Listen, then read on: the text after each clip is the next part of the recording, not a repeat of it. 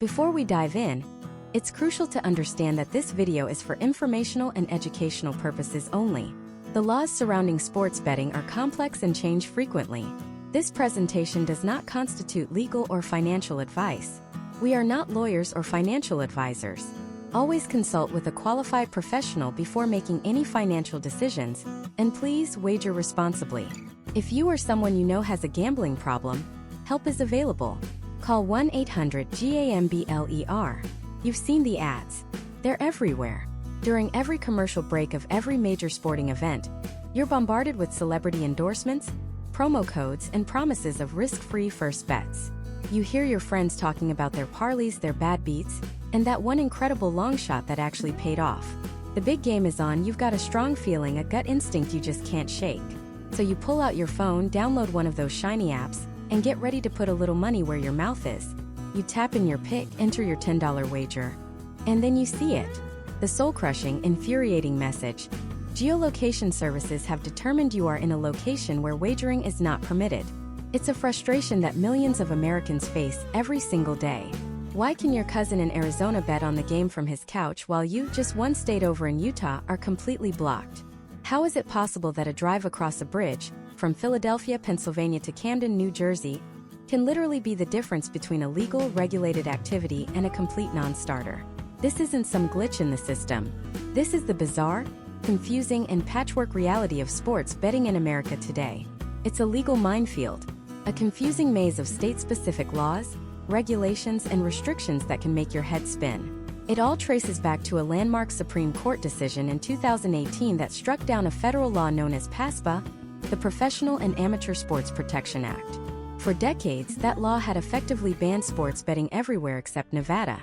But when the Supreme Court threw it out, it didn't automatically make sports betting legal nationwide. Instead, it tossed the ball back to the individual states. It said, "You decide." And since then, what we've seen is a mad dash, a state-by-state scramble to figure it all out, resulting in the chaotic landscape we have today. But today we are going to cut through all of that confusion. We are going to give you the ultimate state-by-state breakdown of where you can legally place an online sports bet in the United States right now. No more guessing. No more wondering if you're in a legal gray area. We're going to build a crystal-clear map of the American sports betting landscape. We'll cover the states where it's fully legal, live, and booming with options. We'll talk about the states where it's on the way, the ones tangled up in legal red tape. And yes, we'll cover the states where, for the foreseeable future, you're still completely out of luck. By the end of this journey, you will know exactly where you stand. So let's get straight to it. We're going to start with the pioneers, the trailblazers, the states that have fully embraced online sports betting. These are the places where you have multiple apps to choose from, competitive odds, and a mature, regulated market. You can download an app, sign up, deposit funds, and place a bet in minutes, all from the comfort of your own home. As long as you are physically within that state's borders and of legal age, which is almost always 21 years or older. And you can't talk about the trailblazers without starting with the state that literally fought the Supreme Court and won, New Jersey. The Garden State is the undisputed heavyweight champion of the post-PASPA world. Long before the 2018 ruling, New Jersey was fighting for the right to legalize sports betting, arguing it would revitalize its struggling Atlantic City casinos. They took their case all the way to the highest court in the land, and their victory is the reason we're even having this conversation. So what does betting in New Jersey look like? In a word, wide open. Just 1 month after the Supreme Court decision, New Jersey had laws on the books and took its first legal sports bet. Today, it's arguably the most competitive and developed market in the entire country. We're talking about a state with over 20 different online sportsbooks operating. Think of the biggest names in the game: DraftKings, FanDuel, BetMGM, Caesars. They're all there, fighting tooth and nail for your business. What does that competition mean for you, the user? It means options. It means better odds because sportsbooks have to compete to offer the most attractive lines. It means a constant barrage of promotional offers, deposit matches, and bonus bets designed to lure you away from their rivals. The New Jersey model is built on a partnership system where existing land-based casinos and racetracks can partner with online operators. This created a gold rush, with nearly every major player in the industry wanting a piece of the pie. The rules are straightforward. You must be at least 21 years old. And critically, you must be physically located within the state of New Jersey to place a bet. Your phone's GPS or your computer's Wi-Fi connection is used to verify your location with pinpoint accuracy. You could be a resident of New York, drive over the George Washington Bridge, park your car in Fort Lee, place your bets for the Sunday games and drive right back home, and that is completely legal. But the second you cross back over that bridge, your ability to place a new wager vanishes. You can still log in, check your bets, and withdraw your winnings from anywhere, but to place a new bet, your feet have to be on New Jersey soil. New Jersey's approach has been a massive financial success. We're talking about a state that regularly sees over $1 billion in wagers in a single month. That's billion with a B. It has generated hundreds of millions of dollars in tax revenue for the state, funding various programs and initiatives. It became the blueprint, the case study that dozens of other states looked at when deciding whether to legalize and how to structure their own laws. They saw the potential revenue and the consumer demand, and they wanted in. New Jersey proved that a regulated, competitive online market could not only work but thrive, pulling countless people away from illegal offshore bookies and into a taxed and regulated system with consumer protections. It set the gold standard, but New Jersey's wide-open, multi-operator model is just one way to do it. The very next state to launch online betting took a dramatically different approach. It was a state with a deep-rooted history in gambling, but one that decided to create a much more limited, and in some ways controversial system. This state's journey involved a bitter rivalry, a shocking tax rate, and a structure that looks almost nothing like the free-for-all in the Garden State. And that state is its neighbor, a place that watched New Jersey rake in billions and decided it needed to act fast but on its own terms. Next, we head to the Keystone State, Pennsylvania. The Keystone State saw the gold rush happening right across the Delaware River, and knew it couldn't afford to be left behind. But Pennsylvania's approach was fundamentally different, born from a place of caution, maybe even a little bit of fear. You see, while New Jersey was a state with a struggling casino hub in Atlantic City, Pennsylvania was the opposite. It had a thriving, relatively new, and hugely successful land-based casino industry spread all across the state. They were raking in billions. And on top of that, they had one of the most profitable state lotteries in the entire country. The last thing lawmakers in Harrisburg wanted to do was kill their golden geese. The big fear was cannibalization. Would letting people bet on their phones from their couch in Philadelphia mean they'd stop driving out to the park's casino? Would $1 spent on a Sixers Celtics point spread be $1 not spent on a Powerball ticket? This fear shaped every single line of their legislation. They didn't just open the door to online sports betting. They built a fortress around it, with a massive toll bridge to get in. Their solution was simple, and in the eyes of the industry brutal: make it incredibly expensive. Pennsylvania rolled out the welcome mat, but that mat was made of solid gold. The entry fee? A staggering $10 million licensing fee just to get in the game. For context, New Jersey's initial fee was around $100,000. This wasn't just a barrier to entry. It was a concrete wall topped with razor wire. It was designed to scare away the smaller, less capitalized operators and ensure that only the biggest, most serious players would even bother applying. But the $10 million ticket was only the beginning. The real shocker was the tax rate. Pennsylvania looked at New Jersey's roughly 13% tax on online revenue and scoffed. They set their rate at an eye-watering 36%, 34% for the state, and an additional 2% for local communities. Let's be clear about what that means. For every $100 of revenue an operator like FanDuel or DraftKings generates in Pennsylvania, 36 of those dollars go straight to the government before they pay for a single employee, a single ad, or a single server. This high-tax, high-fee model was a calculated gamble. The state was betting that its massive population, over 12 million people, packed with some of the most passionate sports fans on earth in Philadelphia and Pittsburgh, was a prize too big for the major companies to ignore. They were essentially saying, "We know our market is a jackpot.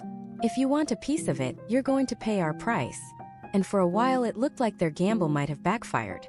The law was passed in 2017, even before the Supreme Court decision, but the first online sportsbooks didn't launch until the middle of 2019. There was a long, awkward silence. The industry giants hesitated.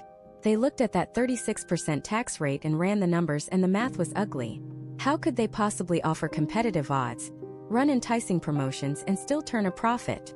For many, the initial conclusion was that they couldn't. Another key component of Pennsylvania's law was the concept of tethering. Unlike New Jersey, where online operators could partner with any casino or racetrack, Pennsylvania law mandated that each online sportsbook had to be directly tied, or tethered, to one of the state's land-based casinos. Each casino was allowed one online skin, or brand. This was the ultimate protection for the brick-and-mortar industry. It ensured that the existing casinos got a piece of the online pie no matter what. It forced companies like DraftKings to partner with a casino like Hollywood Casino at Penn National, or FanDuel to team up with Valley Forge Casino Resort. The casinos were guaranteed their cut, calming their fears of being made obsolete. So what does this mean for the actual user in Pennsylvania?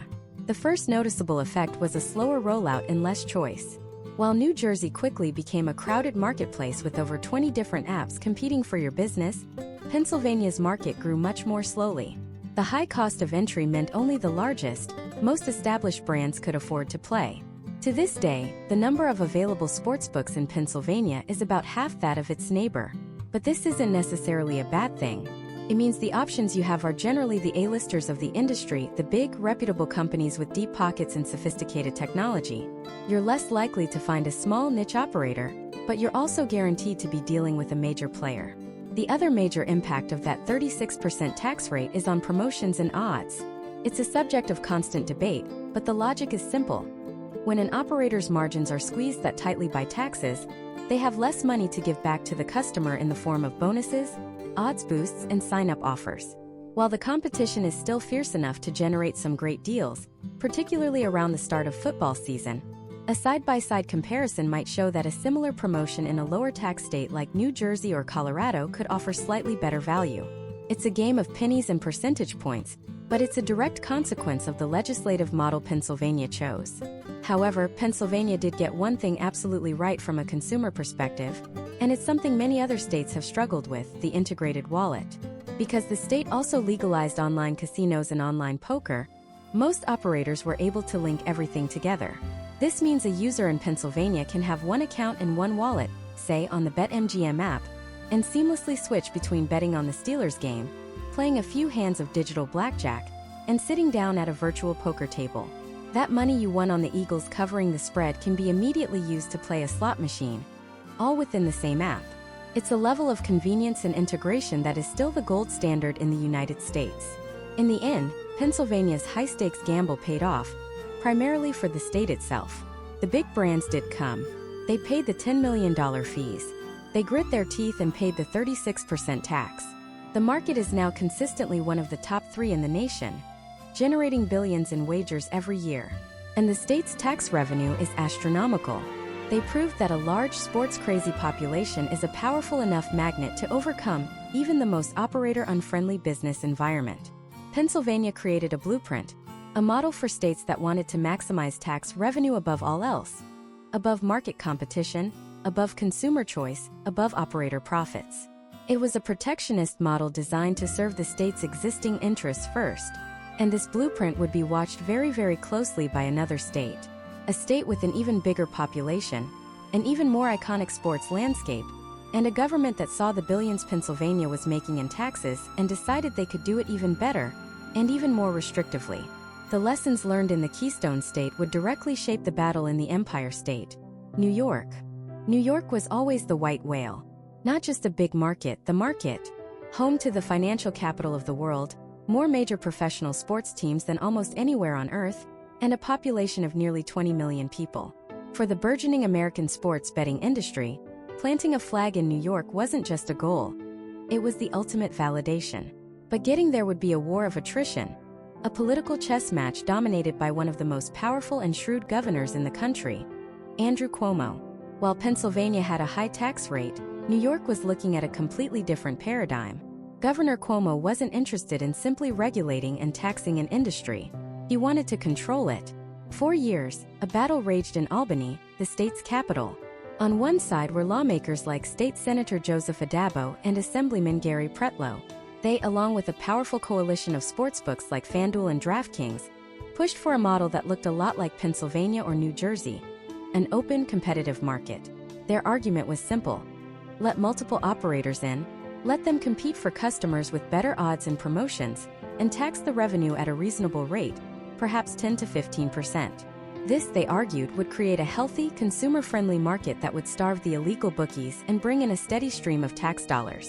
But Governor Cuomo saw it differently. He looked at the billions flowing through these companies and saw a missed opportunity for the state. Why, he argued, should private, out-of-state companies reap the vast majority of the profits from New Yorkers? His vision wasn't a competitive marketplace. It was a state-run lottery. He proposed a model where the state itself would essentially be the house. The New York State Gaming Commission would select a very small number of operators, maybe just one or two, to be the state's exclusive partners. In this scenario, there would be no competition. And the tax rate? It wouldn't be 15%. It wouldn't even be 36% like in Pennsylvania. Cuomo was floating numbers north of 50%. He publicly called the open market approach a giveaway to the casinos and insisted his model would generate far more money for the state's true needs, like education. For years, it was a complete stalemate. The legislature would pass their open market bills, and Cuomo would essentially ignore them, putting his state-run model into his own budget proposals. The sportsbooks lobbied furiously, arguing that a 50+% tax rate was unsustainable. It would force them to offer terrible odds and zero promotions, which would just keep bettors in the illegal market or, even more conveniently, drive them across the Hudson River to New Jersey, which was happily taking their action and their tax dollars. Every weekend, thousands of New Yorkers would drive to the George Washington Bridge, pull over at the first rest stop in New Jersey, place their bets on their phones, and drive home. New Jersey was raking in an estimated 20% of its sports betting revenue from New York-based customers. The money was literally leaving the state in real time. Still, Cuomo wouldn't budge. His position was one of immense leverage. He knew how badly the companies wanted access to the New York market, and he was willing to wait until they agreed to his terms. The industry was terrified. If New York, the biggest prize of all, established a 51% tax rate, what would stop other states from following suit? It could set a devastating precedent. Then everything changed. The global pandemic of 2020 hit New York harder than almost anywhere else. The state's economy was shattered, and Albany was suddenly facing a multi-billion-dollar budget deficit of catastrophic proportions. The abstract idea of tax revenue from sports betting was no longer just a nice-to-have. It became a desperate need. The political calculus shifted overnight. The pressure on Governor Cuomo to find new, immediate sources of revenue was immense. His long-standing opposition to mobile betting began to crumble under the weight of the fiscal crisis. In early 2021, he finally relented. He announced he would include mobile sports betting in his executive budget, but it came with a colossal catch. It would be his model, not the legislature's. He got his wish. The state initiated a competitive bidding process, not based on who could provide the best product, but on who was willing to pay the highest tax rate to the state for the privilege of operating there. The sportsbooks were caught in a prisoner's dilemma.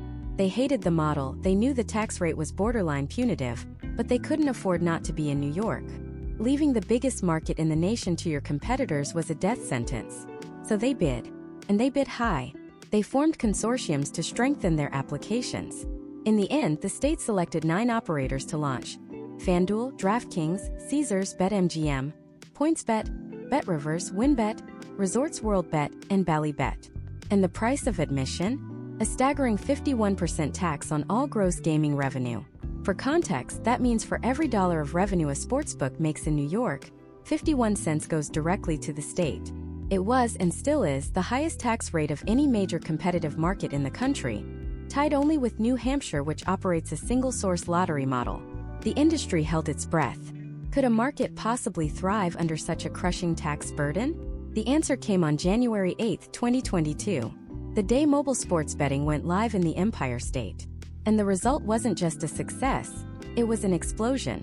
In its very first weekend, New York bettors wagered over $150 million. In its first month, it shattered the all-time national record for monthly handle, with New Yorkers betting an unbelievable $1.6 billion. The numbers were so massive they were hard to comprehend. New York hadn't just joined the party, it had become the party. Within months, it was the undisputed king of sports betting in America, generating more wagers and more tax revenue than any other state. In its first year alone, New York collected nearly $700 million in taxes from sports betting, money earmarked for education and youth sports. From Governor Cuomo's perspective, his hardball tactic had been completely vindicated. He had forced the industry to its knees and extracted the maximum possible value for the citizens of New York. But for the sportsbooks, the victory was bittersweet. Yes, they were in the biggest market, acquiring millions of customers, but they were operating on razor-thin or even negative profit margins. The 51% tax rate, combined with the immense promotional spending required to compete for new users, created a brutal operating environment. It was a gold rush, but one where the government owned the mine and took half the gold before you even left the tunnel. This high-tax, limited license model, born from a budget crisis and a governor's iron will, became known as the New York model. And it sent a chill down the spine of the entire industry, because two other giants were watching very, very closely. States with economies and populations that dwarfed even New York's. The sleeping giants whose entry into the market could reshape the entire landscape: Florida and California. And it was in Florida where the first battle royale truly erupted. The Sunshine State, with its 22 million residents and fanatical sports culture, was a prize unlike any other. But unlike New York or New Jersey, the path to legalization wasn't a simple legislative vote. It was a tangled web of constitutional law, tribal sovereignty, and billions of dollars. The central character in this entire drama? The Seminole tribe of Florida. For decades, the Seminoles have held exclusive rights to certain types of gambling in the state, thanks to a legal agreement called a compact. Think of it as a treaty between a sovereign tribal nation and the state government. In 2021, Governor Ron DeSantis and the tribe hammered out a new groundbreaking compact. It was ambitious. It would give the Seminole tribe a virtual monopoly on all sports betting in Florida, both in person at their casinos and crucially online statewide. In return, the tribe would pay the state of Florida a staggering $500 million a year for 30 years. That's a $15 billion deal. Seemed like a win-win. The state would get a massive revenue stream without raising taxes, and the tribe would control a market worth billions. The compact was approved by the legislature and signed into law. The Hard Rock Sportsbook app, owned by the Seminole tribe, launched. For a few glorious weeks in late 2021, Floridians could legally place bets from their phones. But a lawsuit was immediately fired off, arguing the whole deal was a clever trick to get around federal law. And this is where it gets fascinatingly complex.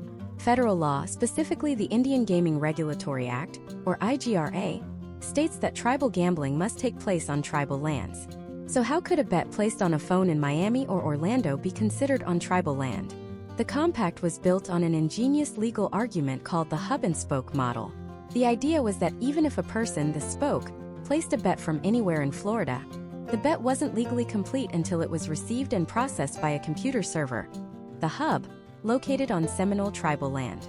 In the eyes of the compact's authors, the bet itself was happening right there on the reservation, making it perfectly legal under federal law.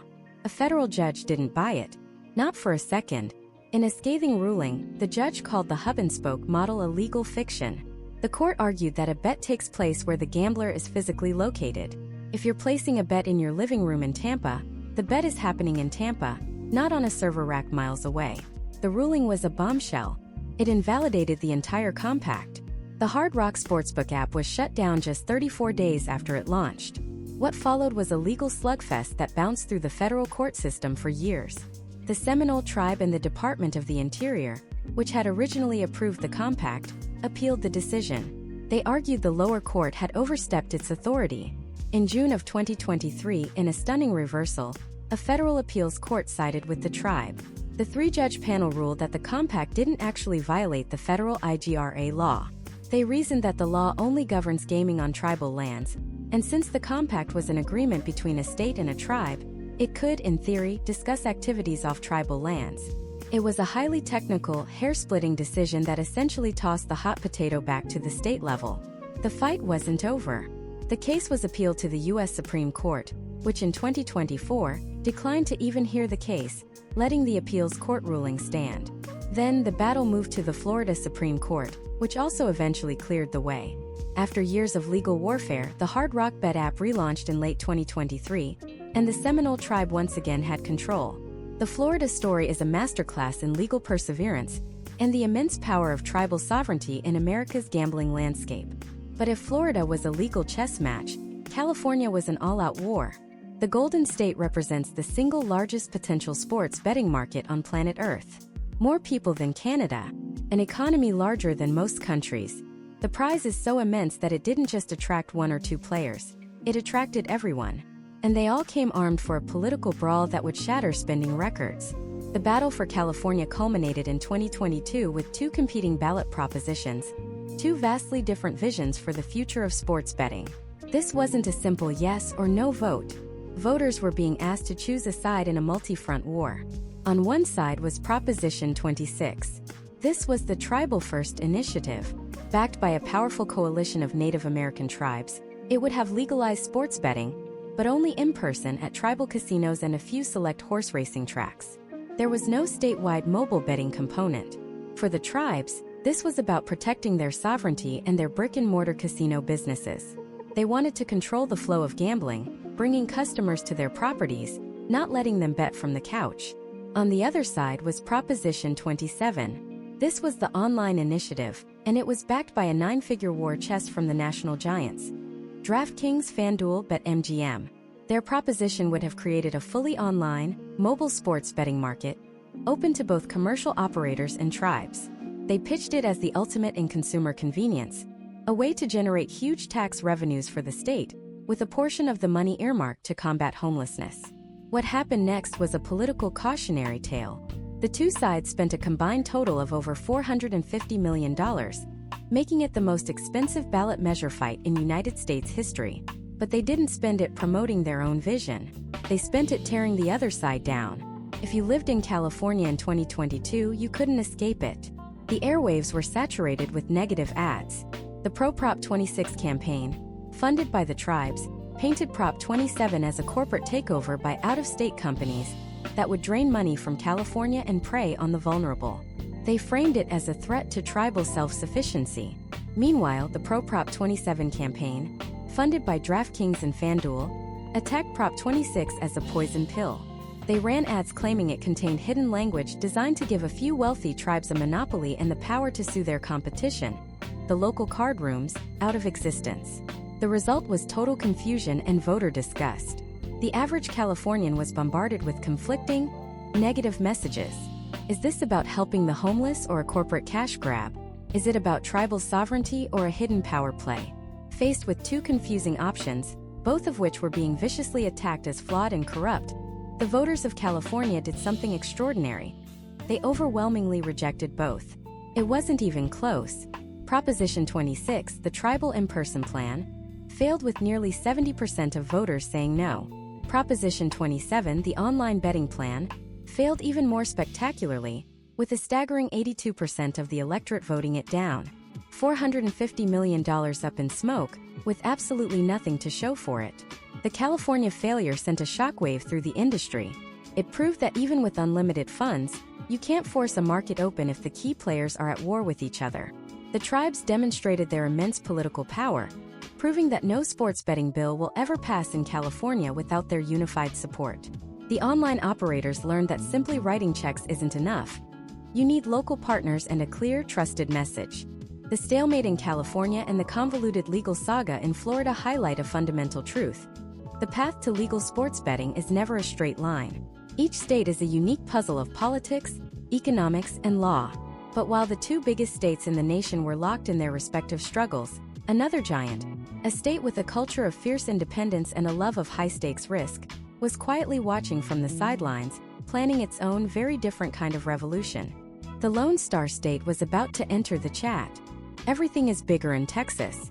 The hats, the stakes, the stadiums. And when it comes to sports, the passion is immeasurable. From Friday Night Lights to the Dallas Cowboys, America's team, sports are woven into the very fabric of the state's identity. So when the floodgates of sports betting opened, everyone in the industry turned their eyes to the Lone Star State, not as just another market, but as the potential crown jewel, the Holy Grail. With a population closing in on 30 million people, for major NFL, NBA, and MLB teams, and a legendary collegiate sports scene, the financial projections were staggering. We're not talking about millions in revenue. We're talking about a multi-billion-dollar behemoth, a market so vast it could single-handedly reshape the entire national landscape of sports gambling. The major players, the DraftKings and FanDuels of the world, saw Texas as the ultimate prize, and they were willing to spend a fortune to claim it. But Texas is also a land of deep-seated contradictions. It's a state built on a foundation of fierce individualism and a libertarian streak, Yet it is also home to one of the most powerful and organized conservative Christian movements in the country. And for this powerful bloc, gambling wasn't an issue of personal freedom. It was a moral failing, a vice that corroded families and communities. For decades, they had successfully kept most forms of gambling out of the state, with the exception of the state lottery and horse racing. Their influence in the state capital in Austin wasn't just significant, it was often decisive. Any proposed bill to legalize sports betting would have to go through them, and they were a formidable wall of opposition. And they weren't the only ones guarding the gate. Texas is also home to 3 federally recognized Native American tribes, most notably the Kickapoo Traditional Tribe, which operates the state's only casino. While their single casino is modest compared to the tribal gaming empires in states like Oklahoma or Connecticut, they held a powerful legal and political position. They had a monopoly, and they weren't eager to see it diluted by a flood of online sportsbooks, accessible from every phone in the state. They saw mobile sports betting not as an opportunity, but as an existential threat to their business and the sovereignty that came with it. So the stage was set for an epic legislative battle. On one side, you had a coalition of professional sports teams, with billionaire owners like the Dallas Cowboys' Jerry Jones and the Houston Rockets' Tillman Fertitta, backed by a tidal wave of cash from the national betting operators. They argued for freedom, for capturing revenue that was already flowing to illegal offshore bookies, and for funding state programs with the tax windfall.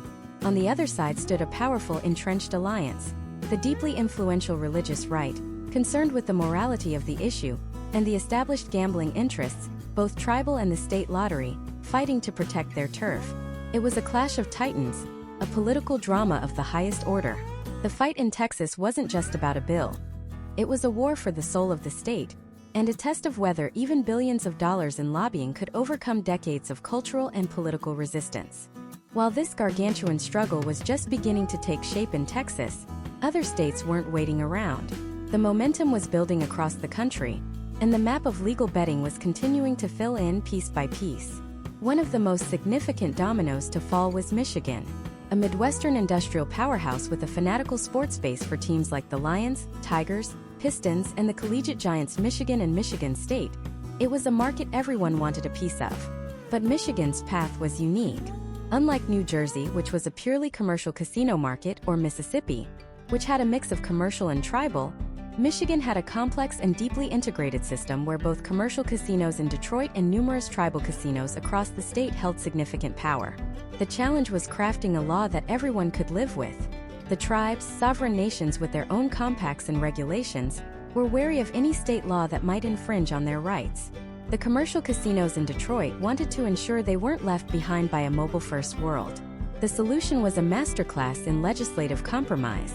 The law they passed in late 2019 legalized both retail and online sports betting, but it did so by tethering every online license to a physical casino, whether commercial or tribal. This brilliant move brought everyone to the table. It gave the physical casinos a direct stake in the online boom, ensuring their continued relevance and revenue. For the tribes, it was a way to modernize their offerings and compete statewide, not just with patrons on their lands. When Michigan officially launched its online market in January 2021, it wasn't a quiet start. It was an explosion. Nearly a dozen sportsbooks went live on day one, and the state immediately became one of the top 5 betting markets in the entire country, proving that a model embracing both tribal and commercial interests could be wildly successful. At the same time, a different kind of experiment was unfolding down in the South, in a state with virtually no history of legal gambling. Virginia. The Old Dominion was known for its history, its presidents, and its strict social conservatism. There were no casinos, no poker rooms, nothing. The idea of Virginia becoming a sports betting hub seemed, to many, preposterous. But lawmakers saw the revenue pouring into neighboring states and the District of Columbia, and they saw a way to fund state priorities without raising traditional taxes. In 2020, they took a bold leap, passing a bill that was, in many ways, the opposite of Michigan's. Instead of building on an existing casino infrastructure, Virginia decided to build from scratch, authorizing up to 5 new casinos in struggling cities and creating a standalone, mobile-only sports betting market. This was a major development. The law untethered online betting from the requirement of a physical casino partner, a model that a few other states were exploring. It allowed for at least 4 and up to 12 mobile-only licenses, creating a highly competitive marketplace right from the start. When Virginia launched in early 2021 just ahead of the Super Bowl, it was an instant success. It demonstrated that a state with no gambling culture could, almost overnight, become a major player simply by embracing technology and a competitive, mobile-first approach. It was a signal to other conservative-leaning states that the water was fine and the potential tax revenue was very, very real. And the signal was heard. Perhaps the most surprising convert in this wave was Tennessee. Nestled in the heart of the Bible Belt, Tennessee was another state, like Virginia, with a staunch opposition to most forms of gambling. But it had one key difference. It had absolutely no casinos and no plans to build any. So how could they legalize sports betting? They couldn't use the Michigan model of tethering licenses to casinos that didn't exist. Instead, they took Virginia's mobile-only idea and took it a step further. The Tennessee law, passed in 2019 and launched in late 2020, was the first in the nation to create an online-only market overseen not by a casino commission, but by the state lottery. This was a completely new framework. It was a pragmatic solution for a state that wanted the revenue from sports betting, but had a deep-seated political aversion to building brick-and-mortar casinos. The law was controversial, particularly for its mandatory hold provision, which required sportsbooks to retain at least 10% of all money wagered, a rule designed to maximize state tax revenue but disliked by operators and seasoned bettors. Despite the controversy, Tennessee's launch proved that there were multiple paths to legalization. There was no single blueprint. States could tailor their laws to their own unique political and cultural realities. You could have a casino-driven model like New Jersey, a hybrid tribal commercial model like Michigan, or a completely online lottery-run model like Tennessee.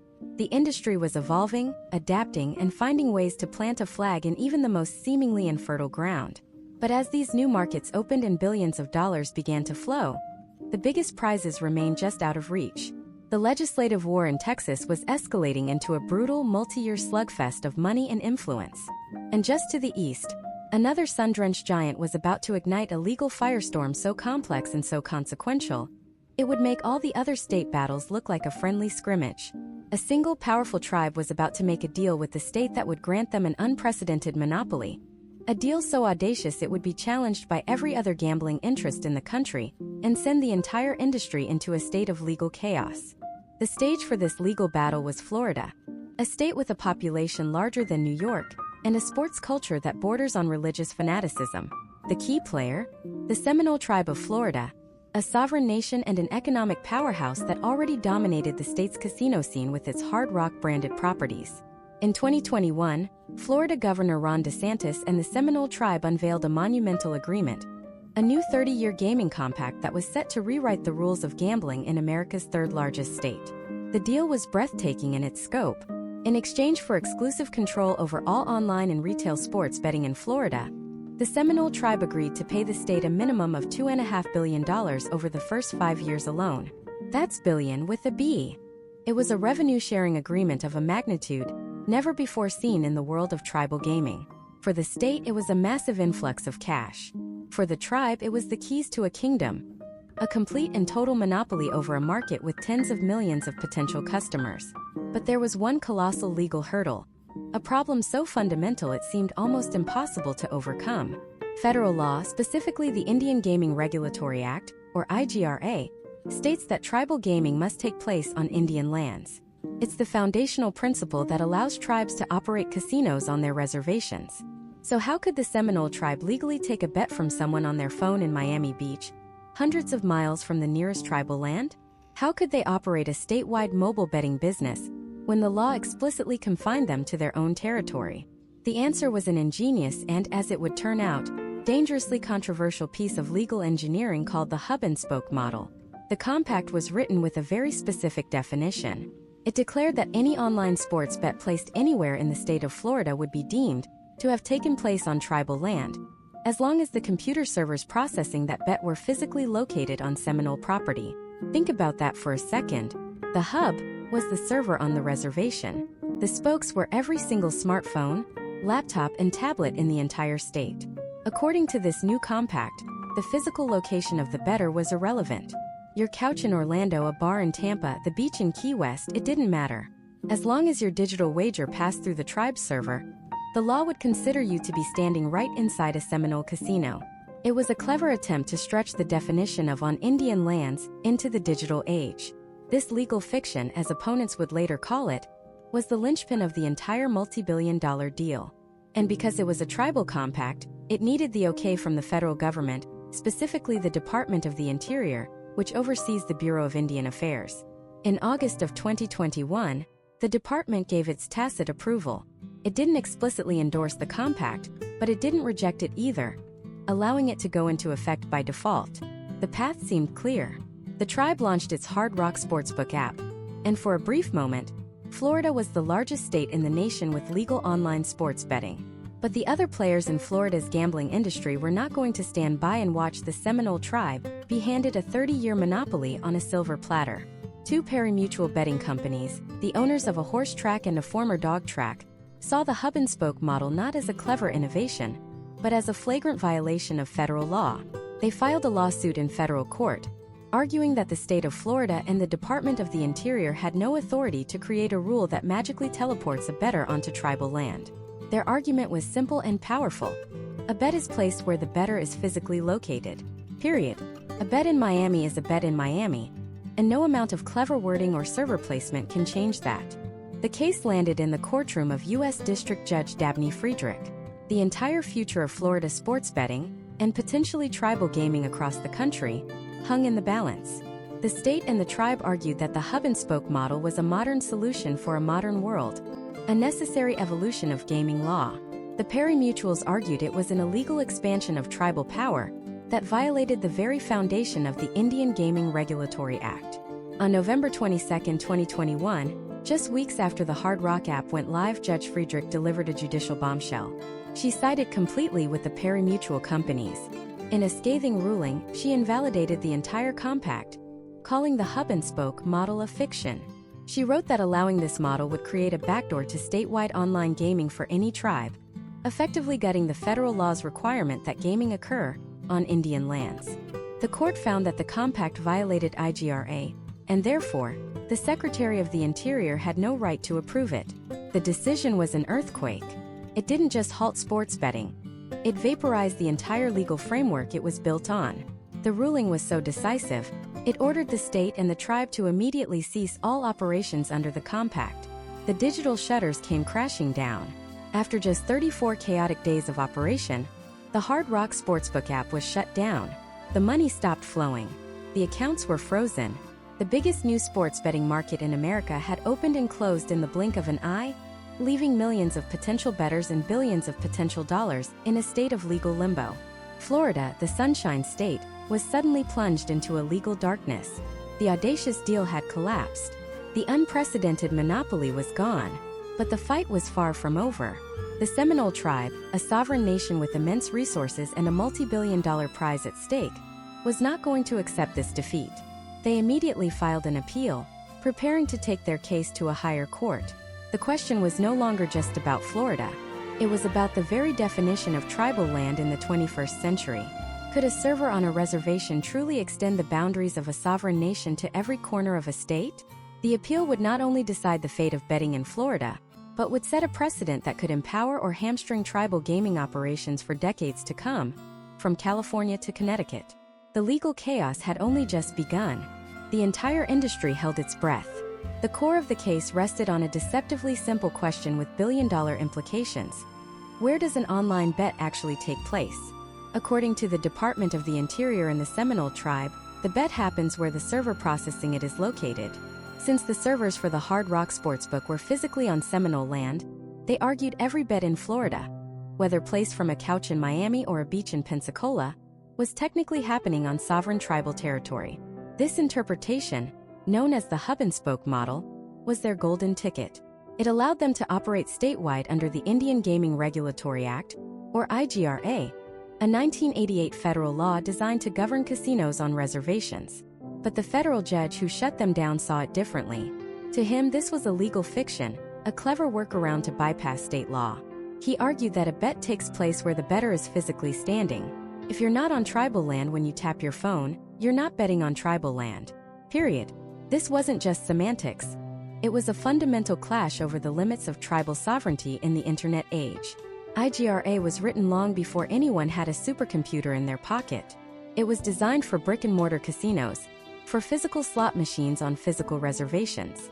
Could a law from the era of landlines and fax machines really govern the borderless world of mobile betting? This question terrified tribes across the country. If the courts sided with Florida's challengers, it could invalidate similar compacts in other states.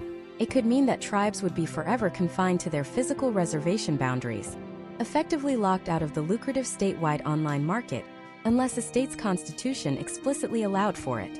But if the appeal was successful, it would create a powerful new blueprint. Tribes could partner with states to become the exclusive operators of online gaming, leveraging their unique sovereign status to create statewide monopolies, just as the Seminoles had tried to do.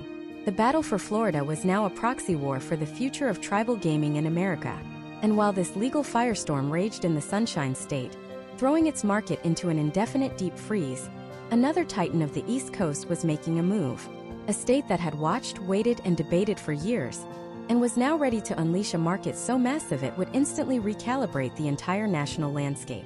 That state was New York. New York's journey to legal sports betting was a political drama in its own right. For years, there was an intense tug-of-war.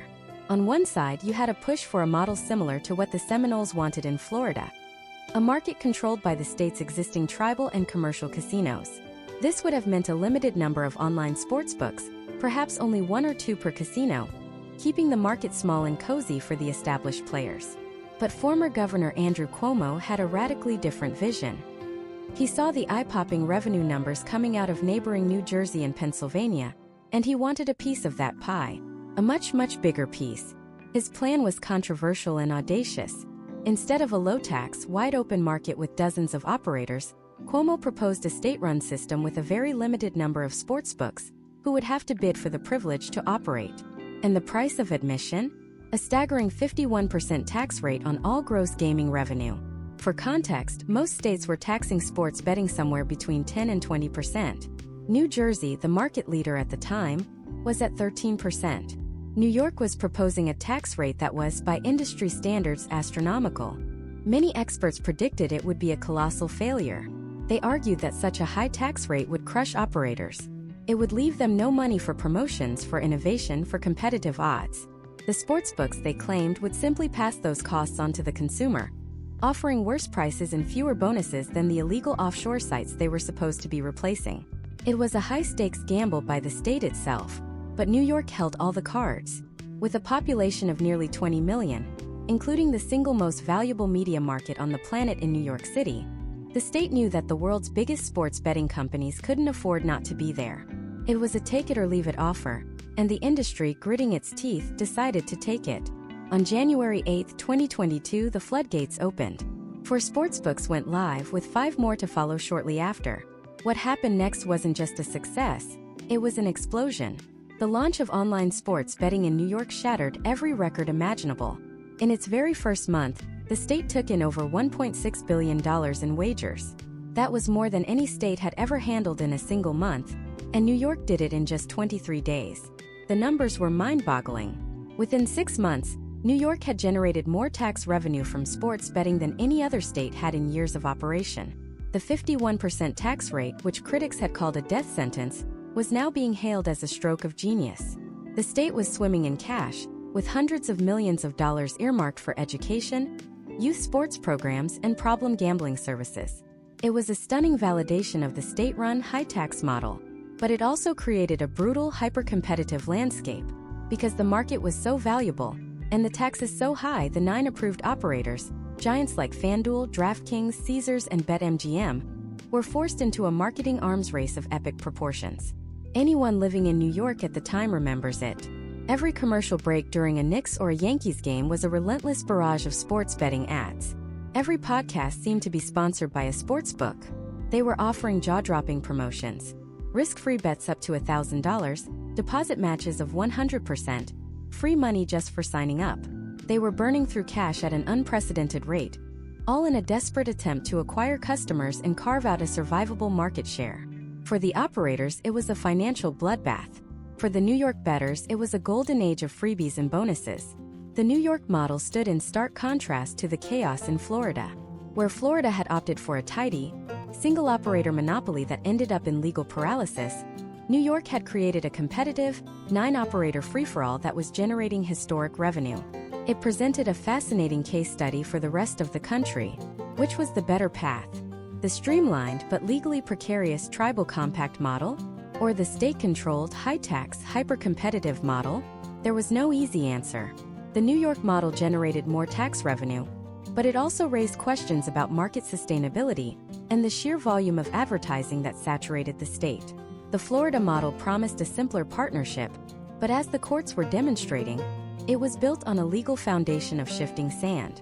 And as these two giants, Florida and New York, wrestled with their fundamentally different approaches, other states were taking careful notes. They saw the potential for a massive new revenue stream, but they also saw the pitfalls. They saw the legal challenges, the political infighting, and the economic pressures. A new wave of states was on the horizon, each preparing to launch its own unique experiment in the great American sports betting gold rush. States like Ohio, a Midwestern powerhouse with a rabid sports culture, were designing a system that tried to learn from the lessons of others. Maryland was creating a complex system designed to promote minority and women-owned businesses. Each state was becoming its own laboratory, mixing and matching different tax rates, licensing structures, and regulatory frameworks, all searching for the perfect formula. The map was about to get a lot more colorful, and as that map began to fill in, one state's glaring absence became impossible to ignore. A state with more people than most countries, home to the financial capital of the world, and teams with legacies stretching back a century. We're talking, of course, about New York. For years, the Empire State had been a sleeping giant. It had technically legalized sports betting back in 2013, but with a poison pill. It was retail only, confined to a handful of struggling upstate casinos, miles away from the population centers. It was like opening a Michelin-starred restaurant in the middle of the desert. For the millions of bettors in New York City, it was a joke. Why would anyone drive 4 hours north when they could just take a 10-minute train ride across the Hudson River to New Jersey and place a bet from their phone while waiting for a slice of pizza? And that's exactly what they did. New Jersey's coffers swelled with money from New Yorkers. Geolocation data showed a literal flood of users crossing the bridges and tunnels every day, logging on, placing their wagers, and heading back home. It was a billion-dollar leak, and New York's politicians were finally starting to feel the pressure. The state was facing a massive budget deficit, and the sight of all that potential tax revenue flowing to its next-door neighbor became a source of intense political embarrassment. The argument shifted. It was no longer about whether people should bet on sports. It was about the undeniable reality that they were already betting, just not in New York. The state's governor at the time, Andrew Cuomo, had long been resistant. He dismissed mobile betting, framing it as a constitutional issue that would require a lengthy public referendum. But reality has a funny way of changing political calculations. Facing a budget crisis, he finally relented. But he wasn't just going to copy New Jersey's model. He was going to create a system that would squeeze every last drop of revenue for the state. Instead of an open market with dozens of operators, New York opted for a highly restrictive, state-controlled model. They would only award a small number of licenses to a handful of the biggest players. And in exchange for that exclusive access to the nation's most lucrative market, those operators would have to pay a staggering 51% tax on their gross gaming revenue. It was one of the highest tax rates in the entire country, a figure that made industry executives gasp.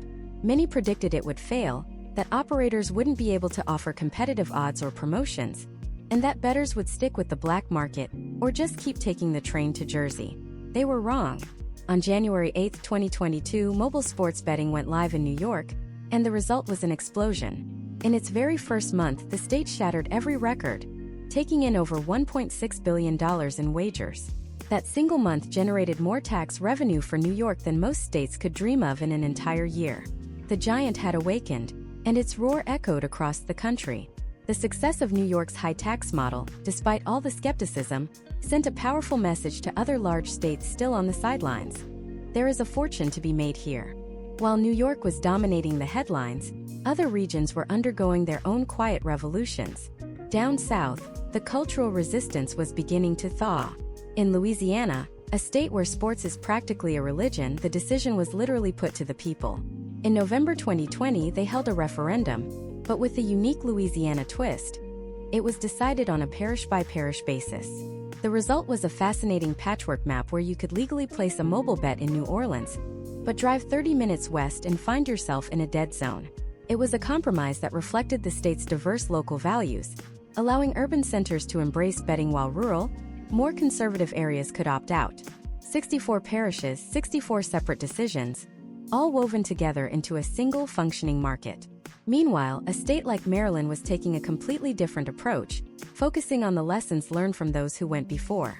Lawmakers there looked at the early states, dominated by a few massive international companies, and decided they wanted to build something more inclusive. Their legislation, which went live in late 2022, was one of the most socially conscious in the nation. It included specific provisions designed to ensure minority and women-owned businesses had a fair shot at getting a license. It wasn't just about turning on the tax spigot. It was about using the new industry as a tool for economic equity, an attempt to spread the wealth beyond the usual corporate suspects. Then came the Midwest's own sleeping giant, Ohio. For years, Ohio watched its neighbors, Indiana, Michigan, Pennsylvania, rake in hundreds of millions. The pressure from sports fans and state legislators built to a boiling point. When they finally acted, they went big. The Ohio law was a behemoth, a comprehensive piece of legislation that tried to learn from every other state's successes and failures. It authorized an incredible number of licenses for mobile apps, retail sportsbooks and casinos, and even betting kiosks in bars, restaurants, and grocery stores. The goal was to make betting as accessible as buying a lottery ticket. When the market launched on January 1, 2023, it was one of the biggest, most coordinated launches in U.S. history, with nearly every major operator going live at the exact same moment. Ohio didn't just join the party, it tried to become the life of it overnight. The launch of these massive, high-population states created a powerful domino effect. The question for lawmakers in the remaining holdouts was no longer if, but how and when. The fear of missing out was now a tangible political force. Every dollar spent by a resident in a neighboring legal state was a dollar lost in tax revenue for education, infrastructure, or public services back home. The pressure was mounting. Yet, even with this momentum, the three biggest prizes remained tantalizingly out of reach, locked behind political and legal fortresses that seemed nearly impenetrable. The three states that, if they were to flip, would instantly dwarf every other market combined: California, Texas, and Florida. These weren't just states, they were empires. Combined, their population is nearly 100 million people. They are home to some of the most iconic and valuable sports franchises on the planet. Legalizing sports betting here wasn't just a matter of passing a bill. It was a multi-front war. In California, it was a battle royale between the state's powerful tribal casinos, who wanted exclusive control, and outside operators like DraftKings and FanDuel, who were willing to spend hundreds of millions of dollars on ballot initiatives to gain market access. The result was the most expensive political campaign over a single issue in American history, a tidal wave of advertising and lobbying that ultimately ended in a stalemate, with voters rejecting both proposals. The treasure was just too big, and no one could agree on how to divide it. In Texas, the opposition wasn't just about competing business interests. It was ideological. A powerful socially conservative bloc in the state legislature, backed by influential figures like the lieutenant governor, stood as a formidable wall against any expansion of gambling. Despite the fervent support of team owners like Jerry Jones of the Dallas Cowboys and Tillman Fertitta of the Houston Rockets, the political will simply wasn't there. And then there was Florida, a state caught in a legal labyrinth so complex it would make your head spin. A multi-billion-dollar deal was struck between the state and the powerful Seminole tribe, granting them a virtual monopoly over all sports betting. But the deal was immediately challenged in court, with opponents arguing it violated both state and federal law. The market went live for a few weeks, was shut down by a judge, and has been trapped in a web of appeals ever since. These three states represented the final frontier, the ultimate test of whether the sports betting wave could truly wash over the entire nation, or if some islands of resistance would hold out forever. And so, with the titans of California, Florida, and Texas locked in their own complex battles, the national spotlight shifted. The failure of these giants to immediately join the fray didn't stop the momentum. It atomized it. The revolution would not be won in a single decisive battle for the biggest prize, but in a series of smaller, yet equally fascinating skirmishes across the rest of the country. The focus turned to the unlikely converts, the patient strategists, and the states that were simply tired of watching their citizens drive across the border to place a bet. Take, for example, the case of North Carolina, For years, the state was a paradox. It hosted some of the most passionate college basketball rivalries in the nation: Duke, UNC, NC State, a culture steeped in sports fanaticism. Yet, its gambling landscape was strictly limited to its tribal casinos. The idea of placing a bet on your phone while watching the Tar Heels felt like a distant fantasy. The first crack in the dam came with retail sportsbooks at those tribal locations, a concession to the new reality. But the jump to full mobile betting was a different beast entirely. It required convincing a legislature with deep-seated conservative values that this was not a moral failing, but a modern economic necessity. Proponents didn't lead with arguments about fun and games. They led with data. They presented case studies from Virginia and Tennessee, showing the millions in tax revenue being siphoned away every single month. They framed it as a choice: regulate and tax this activity that is already happening, or continue to allow a massive untaxed black market to thrive. After a dramatic legislative battle, a bill that had failed by a single vote just a year prior was resurrected, tweaked, and finally pushed across the finish line. North Carolina, the heartland of college hoops, was officially in the game, proving that even states with deep-seated cultural resistance could be swayed by overwhelming economic logic. Then you have a state like Vermont, a place more associated with maple syrup and fiercely independent politics than with sportsbooks. It was one of the last states in New England to come aboard, watching its neighbors New Hampshire, Massachusetts, Connecticut, all launch and reap the benefits. Vermont's approach was methodical, almost clinical. There was no grand, passionate debate. Instead, lawmakers formed a study committee. They analyzed the tax structures of other states. They debated the merits of a competitive model versus a state-run lottery model. They were less concerned with the thrill of the bet and more concerned with consumer protection and responsible revenue generation. When they finally launched, it was with a small, curated number of operators, a system designed for control and stability over explosive growth. Vermont's entry was quiet, but it was significant. It signaled that even small, cautious states saw legalization not as a radical step, but as a pragmatic, almost inevitable piece of modern fiscal policy. The journey of Maine was even more fraught with political drama. For years, Governor Janet Mills stood as a formidable roadblock. She vetoed a sports betting bill in 2020, expressing concerns about the potential negative impacts of expanded gambling. For a moment, it seemed like Maine would remain an island of prohibition in the Northeast. But the political calculus changed when the state's powerful tribal nations entered the picture. The tribes, seeking greater economic sovereignty and a new revenue stream, became the primary champions for a new bill. This wasn't just about sports. It was about a broader, decades-long negotiation between the state and its sovereign tribes. The final bill that passed was a unique compromise. It gave the tribes exclusive control over the mobile betting market. It was a landmark piece of legislation that tied the future of sports betting directly to the economic empowerment of Maine's tribal communities.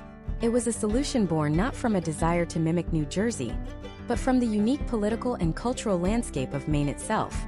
This highlights a critical, often overlooked, element of the entire national story: the role of tribal gaming. In many states, especially in the West and Midwest, the path to legalization didn't run through the state capital alone.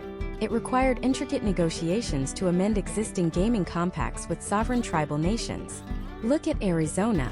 The state launched with incredible speed, going from bill signing to first bet in a matter of months. How? Because Governor Doug Ducey had been working behind the scenes for years to renegotiate the state's compacts with its tribes. The new compacts were a grand bargain. The tribes received the right to expand their casino offerings with new table games, and in exchange, the state was allowed to authorize sports betting, with licenses available to both the tribes and the state's professional sports teams. It was a masterful piece of political maneuvering that created a win-win scenario, turning potential opponents into powerful allies and creating a diverse, competitive market overnight. Meanwhile, the domino effect continued to ripple across the Midwest. Ohio, a massive sports-obsessed state with 2 NFL teams, 2 MLB teams, and an NBA team, finally ended years of legislative stalemate. The pressure was immense. To the east, Pennsylvania was a mature billion-dollar market. To the west, Indiana had been up and running for years. To the north, Michigan was a powerhouse. Ohio was hemorrhaging potential tax revenue. The final bill was a sprawling, complex piece of legislation that reflected the state's diverse interests, granting licenses to casinos, sports teams, and even standalone mobile operators. Its launch was one of the largest and most anticipated in the country's history, instantly making it one of the top markets in the nation. Further north, in a state known more for its political caucuses than its casinos, Iowa became a surprising early adopter and a model of efficiency. They moved quickly, passing legislation and launching in 2019. Their approach was simple and business-friendly, which attracted numerous operators. But they had one peculiar rule.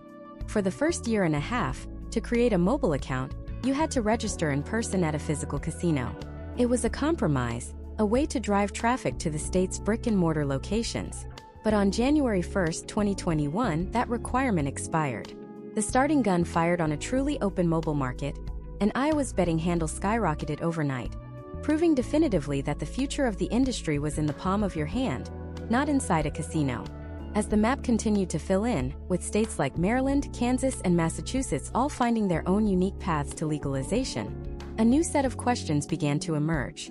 The debate was no longer if sports betting should be legal, but how it should be implemented. Should it be a state-run monopoly, like in Oregon and New Hampshire, maximizing state revenue but limiting consumer choice? Or a wide-open competitive market, like in Colorado or New Jersey, fostering innovation but requiring more complex regulation? And what was the right tax rate? Pennsylvania's high rate brought in a windfall for the state, but potentially squeezed operator margins, while other states opted for lower rates to encourage more competition. These weren't just abstract policy debates.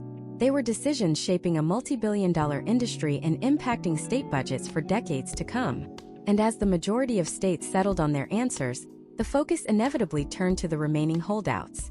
The almost there states like Minnesota and Georgia, where bills were being debated with increasing intensity each year, held back by razor-thin political margins or complex constitutional hurdles. And then there were the final few, the states where legalization wasn't just a political challenge but a cultural impossibility. The map was nearly complete, but the final blank spaces represented the most formidable opposition yet. A resistance rooted not in economics or politics, but in history, identity, and deeply held beliefs. The wave had washed over nearly the entire country, but it was now crashing against the last, most unmovable walls. And what are these walls? They are not all built from the same material. They represent the final frontiers of this legal revolution, each with its own unique story of resistance. Let's start with the most absolute, the most ideologically pure wall of them all, Utah. To understand why Utah stands apart, you can't just look at its laws. You have to look at its soul. The state was founded as a religious sanctuary, and the cultural influence of the Church of Jesus Christ of Latter-day Saints is woven into the very fabric of its constitution. Utah is one of only 2 states, alongside Hawaii, with no legalized gambling of any kind. No lottery, no bingo halls, no horse racing, nothing. Its state constitution contains a simple, powerful, and explicit prohibition against it. For Utah, this isn't a debate about tax revenue or personal freedom. It's a statement of identity. The argument that legalizing sports betting would capture revenue that's already flowing to offshore books simply doesn't land here. To the state's leadership and a significant portion of its population, that would be like trying to solve a problem by legitimizing the vice that caused it. They see it as a non-starter, a line in the sand drawn over a century ago that will not be crossed. While other states weigh the pros and cons, Utah sees only cons. It stands as a fortress of principle, a testament to the idea that some cultural values can, and will, outweigh even the most powerful economic tides. It is, by all accounts, the final boss of gambling expansion, and one that the industry isn't even bothering to fight. But then you have the second type of wall, one built not of moral principle, but of pure, unadulterated power and money. Welcome to California and Florida. These aren't states opposed to gambling. They are states where gambling is already a multi-billion-dollar industry, fiercely controlled by some of the most powerful political forces in the nation, the tribal nations. The story here is not about if sports betting should be legal, but about who gets to run it. In California, this conflict erupted into a political war of staggering expense. In 2022, 2 competing propositions went on the ballot. One, backed by the tribes, would have legalized in-person sports betting at their casinos and racetracks. The other, backed by a coalition of national operators like DraftKings and FanDuel, would have created an open online market. What followed was the most expensive ballot measure campaign in United States history, with over $450 million spent.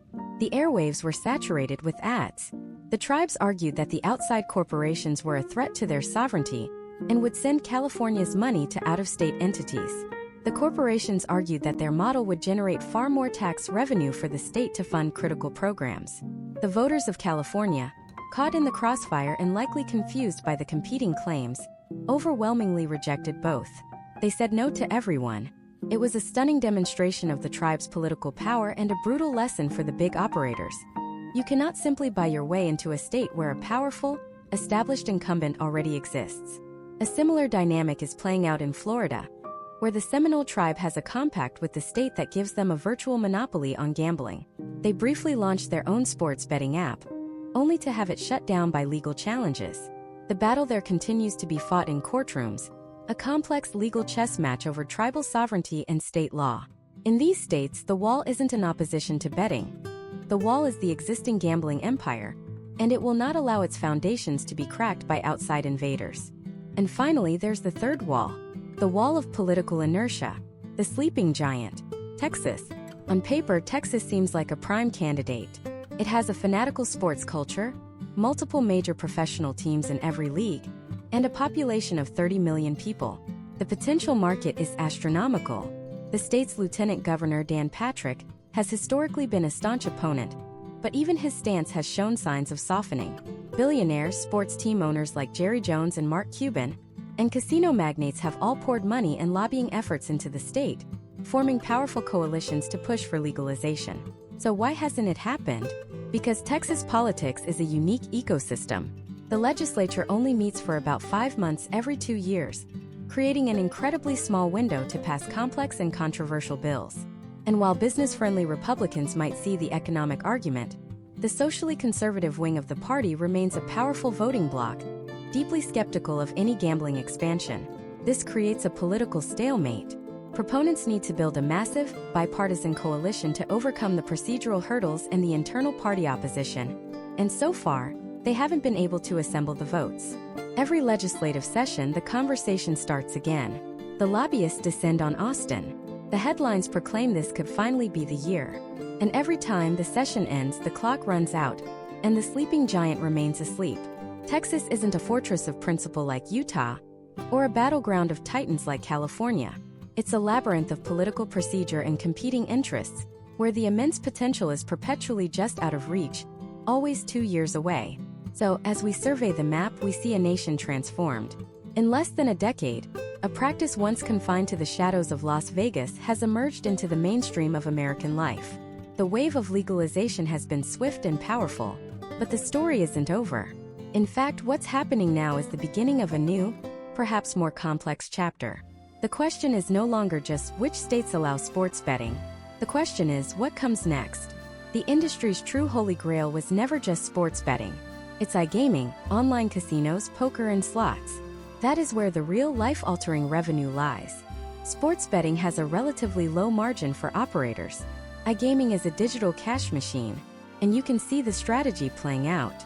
States that have legalized sports betting are now beginning to have the iGaming conversation. The infrastructure is in place, the public is becoming more comfortable with online wagering, and the tax revenue from sports betting, while significant, often falls short of the initial lofty projections.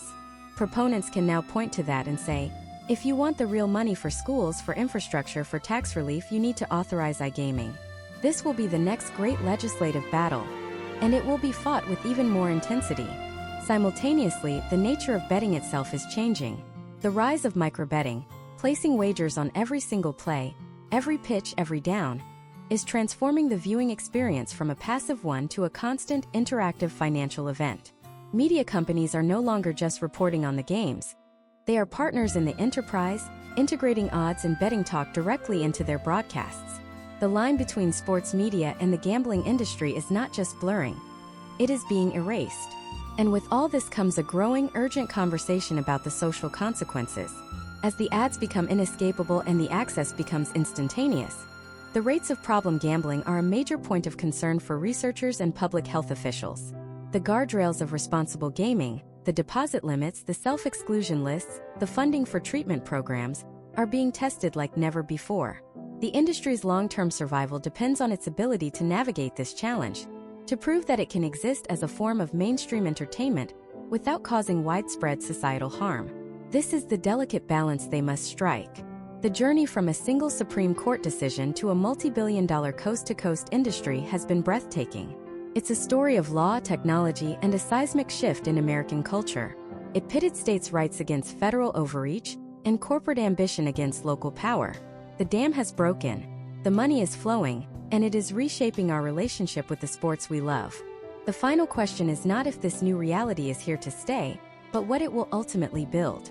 And more importantly, what it might wash away in the process.